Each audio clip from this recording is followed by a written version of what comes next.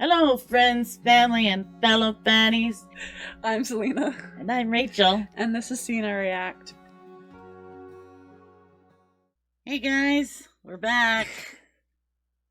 We're calling this a medical mystery miracle.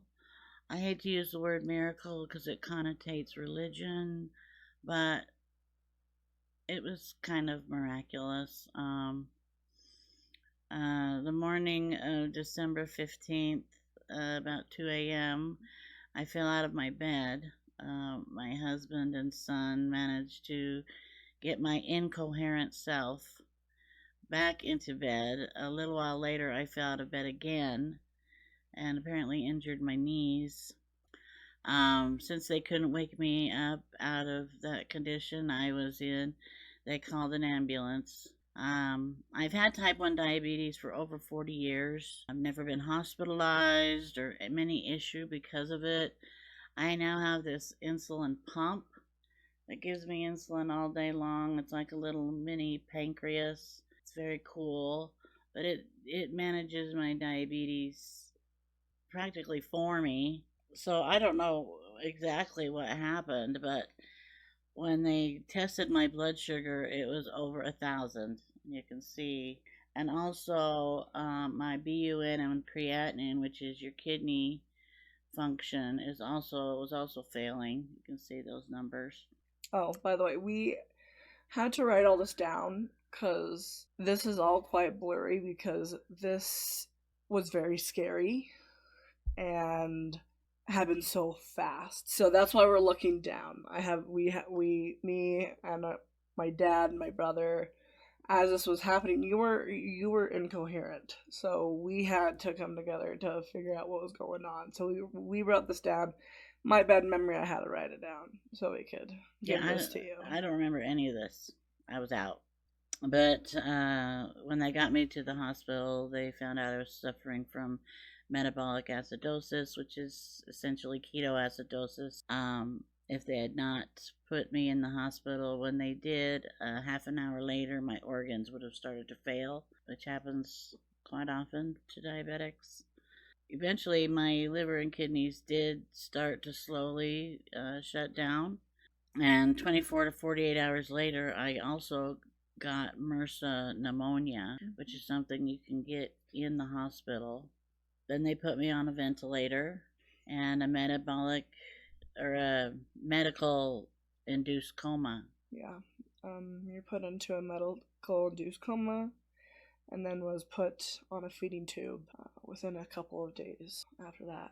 Right. My kidneys weren't filtering out the toxins. Yeah, when you were taking off the meds to come out of the coma, your kidneys just weren't filtering out that medication. Right. So you had opened your eyes a little bit, but you were not coming out of it at all. I mean, there are times where you would look at us and you would recognize us. Like, you would see me and your eyes would go wide and you'd go back to sleep, and that was pretty much it for the rest of the night. It was just, yeah. So your kidneys were not filtering anything out at all. Right.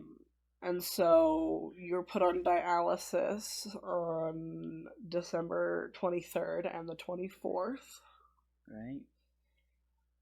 And the ventilator tube was taken out on the 24th. Right. You were finally able to get that medication out.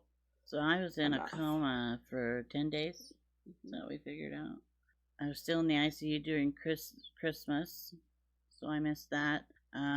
I do remember they were washing me and they were talking about Christmas, a couple nurses, and so I kind of knew what was going on, but then I'd go right back to sleep, and I had crazy dreams. You do dream while you're in a coma. Like, it was crazy.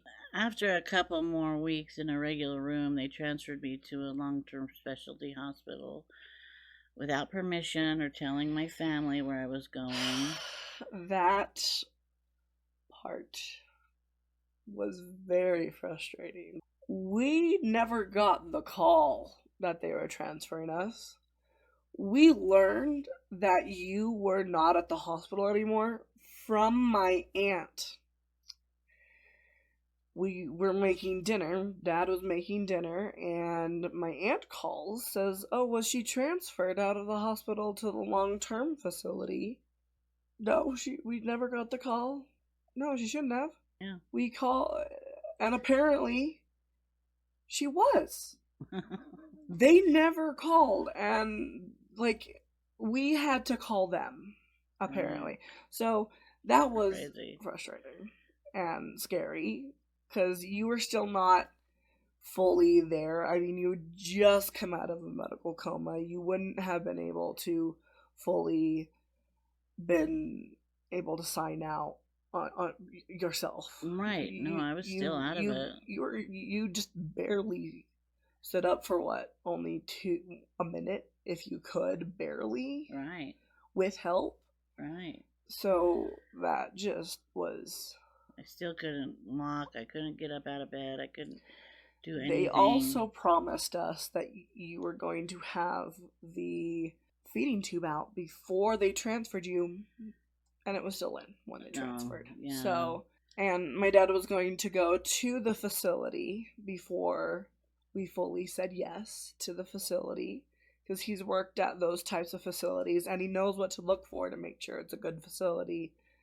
And he wasn't able to look at the facility before you were transferred. So that was very, very frustrating. Yeah. But I spent another 10 days there, unable to eat, being fed baby food through this, nasal thing. I had to crush up my meds to give them to me through that feeding tube. I had to learn how to swallow. I hadn't been eating for weeks. I still have a sore throat from that intubation. I don't know if they scarred it up or what, but I still have a sore throat from that. And I lost some weight, which is good. It's a good thing.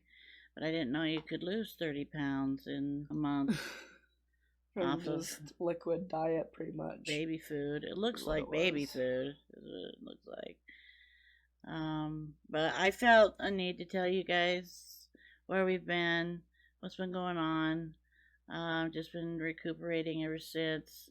We went to start recording, and then we all got the flu, like a 10-day flu, like a serious, It's been what, a week and a half now? I horrible. still don't have a voice for some reason. Yeah, we're just barely out of it, a couple weeks, so it it But tore us up big yeah. time. So This experience has been actually quite scary. I mean, not only for you, but for the family. I mean, to put it in perspective, that night when you went to the emergency room, Dad was about to go to the emergency room, and he got a call from the social worker, and the social worker said, they're still working on her. This was about what, 3 in the morning at this point, and they're still working on her. You won't be let in the room. Why don't you wait until morning and come down then? It's like, okay, sure, that's great. About an hour later, he gets another call.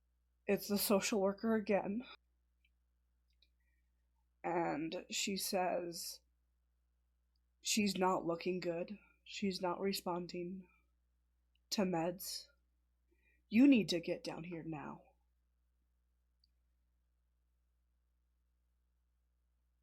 That was so scary to hear. I'm sorry you guys went through that. Because of my foot, I broke my foot last year. I wasn't able to go because I can't walk super long distances because of the pain still. And having to stay at home, I couldn't sleep. What are you thinking? Your mom's dying. Can't I imagine. I can't imagine. didn't want to wake up without a mom.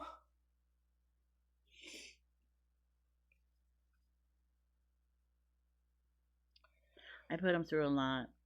They were traveling to the hospital every day, and For 3, 4 weeks, our whole schedule was get up, My schedule personally was get up, go pick up my brother from work, go to the hospital until they kicked us out, and then come home, eat dinner, and go to bed and repeat.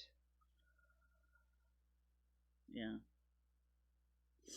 So it was a nightmare. Yep. And I still to this day don't know why my pump wasn't working, why they found it on the floor beside me. I think I was just out of it and ripped it out or something. My blood sugar has never been that high ever. It's just a freak accident, and I'm sorry I put you guys through that. It's okay. I'm just glad you're alive. So we're back, and we've been wanting to do this for a while, and we're excited we're able to come back to you guys and finish Game of Thrones and keep watching those movies and stuff. It's fun. Yeah. So thanks for watching. Yeah. Thanks for staying tuned with us, and have a good one, guys. Yeah. Thanks. Thanks. Friends, family, and fellow fatties. Love you.